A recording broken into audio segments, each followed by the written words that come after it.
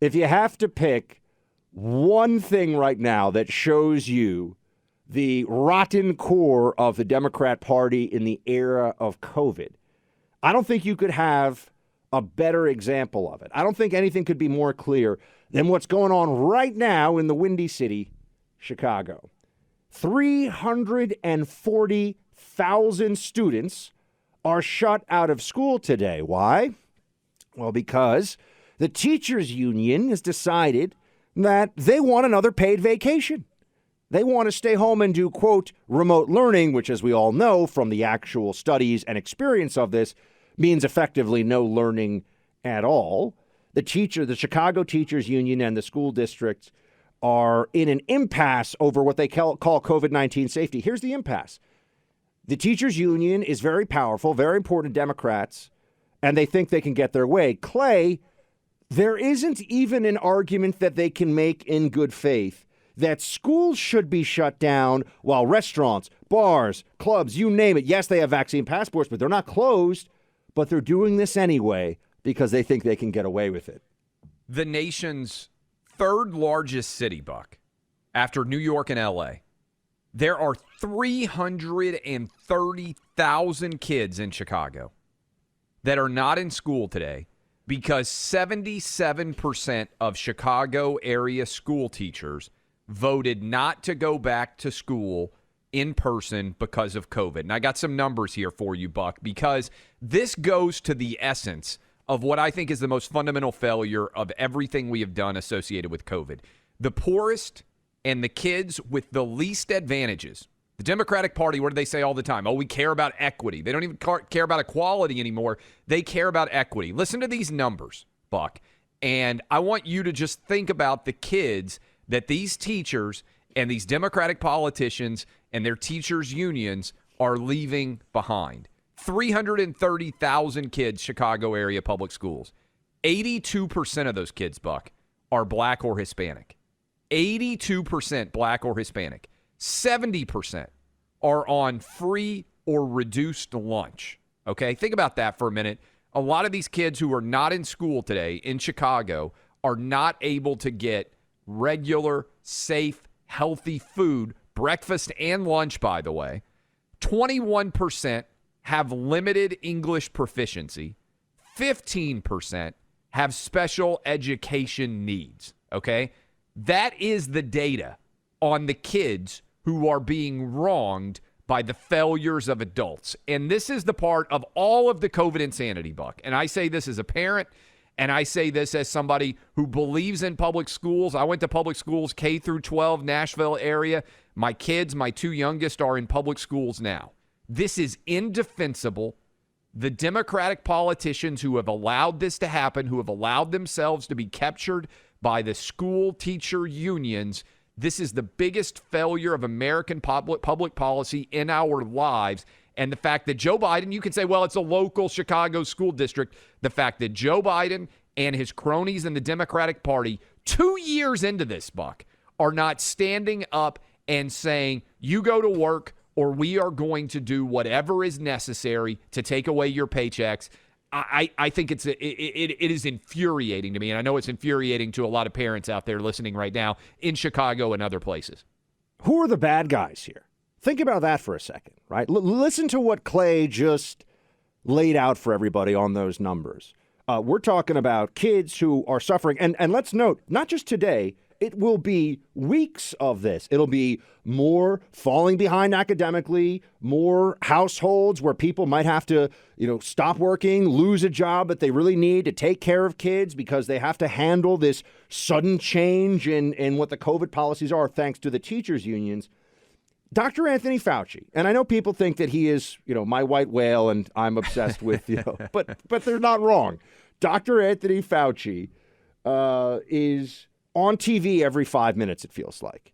Where is he? Where is Walensky on not saying we think the following, we think maybe schools should be open, but saying this is wrong? Why not use the platforms that they have? Why not come out and speak as public health professionals about this issue We know that child suicide, teen suicide is way up. We know that learning loss is enormous. We know that anxiety disorders, mental health issues are skyrocketing. Those are all very serious things that you would think a public health professional who has an enormous amount of influence on these policies would care about. No, of course not, because Fauci's constituency is the Democrat Party and CNN, not the American people, and that's why he won't scold them. He scolded, your neck of the woods, Clay, about football games. He scolded people who wanted to enjoy SEC games this summer. Where's the scolding of the teachers union? We all know why. And look, I got an email yesterday. My kids' public schools went back today, in person, not wearing masks. I went and talked to my school board back in August, but I'm a kid who went to public schools in Nashville, and I went to a lot of public schools. I'm going to be honest with you. We're not that great of schools, right? I mean, certainly not in the context of where my kids get to go to school now. And so I believe every Republican politician, and frankly, I believe every Democratic politician, but they've shown themselves to be totally wrong on this issue, and they won't even speak out. We talk a lot about how do we broaden the tent of sanity in this country? How do we add allies?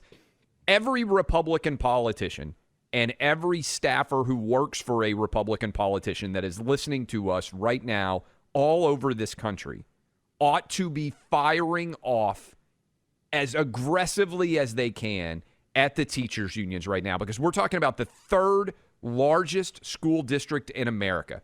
And it's, like I said, it's 82% black and Hispanic.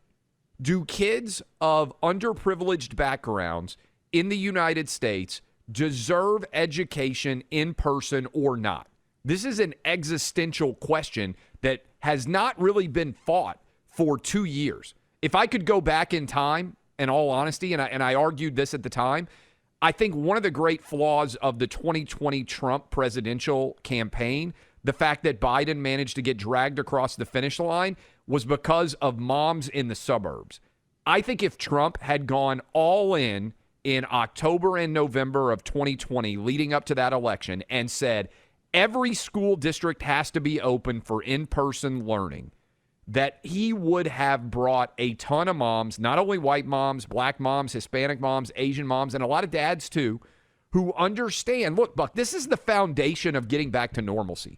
Because if you can't get your kids to school, many people can't go to work. This is why the overall women's employment rate has collapsed in this country. It is the essence of failure that we are still fighting these battles. And look, I don't know the full legality of what could be done from a federal perspective, right? But I do know this. Ronald Reagan did not allow the air traffic controllers to go on strike because of the importance of their job.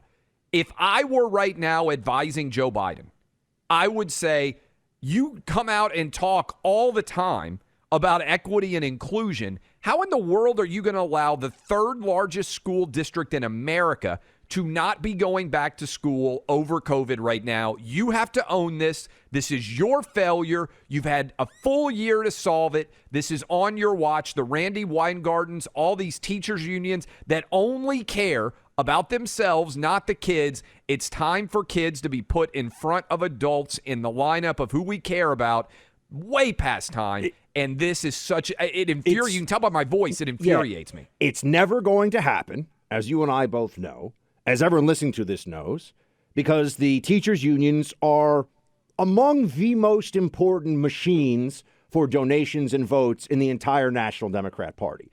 The teachers unions are a commie enclave that work. If you look at the donations, by enormous donations from teachers unions across the country to candidates, as well as, of course, get out the vote efforts, all the things that they do. And this is part of the Democrat big city machinery, certainly in a place like Chicago. It's true in New York, Los Angeles. Find me a big city. I'll show you teachers unions that get their way, that are never going to be crossed by the Democrat Party. You're right. Joe Biden, if it was about the children, which it's never about the children when you're talking about these teachers unions, if it was about the children, he would come out and say exactly what is going on here. I mean, this is a moment to show that the left can be reasonable when it comes to COVID restrictions. Of course, they can't be, and they won't be. And this also raises the question, Clay, of you and I are both opposed to school shutdowns in the fall of 20. Yes, the fall of 2020. And that was considered controversial. You and I went to the mat to fight for schools to be open. And yet here we are now, looking at how the teachers' unions, while the rest of society in Chicago is still out. Brother, they've had some noise about this in New York. They've had some noise about this from the unions in L.A. They feel like maybe this is too much. But in Chicago, that city machinery, they think they have the ability to get what they want here. Clay, this raises for a lot of us the question of, was it ever a good idea? Was it ever fair for the teachers' unions to shut down these schools? Why did Fauci bend the knee to them as he did? And of course, we see now it was never about health or safety of kids. It was about lazy adults who have power in the Democrat Party and some who are neurotics who are terrified. Not wanting to do their jobs and wanting to get paid to sit at home on a couch. That's what actually happened. And kids suffered because of it.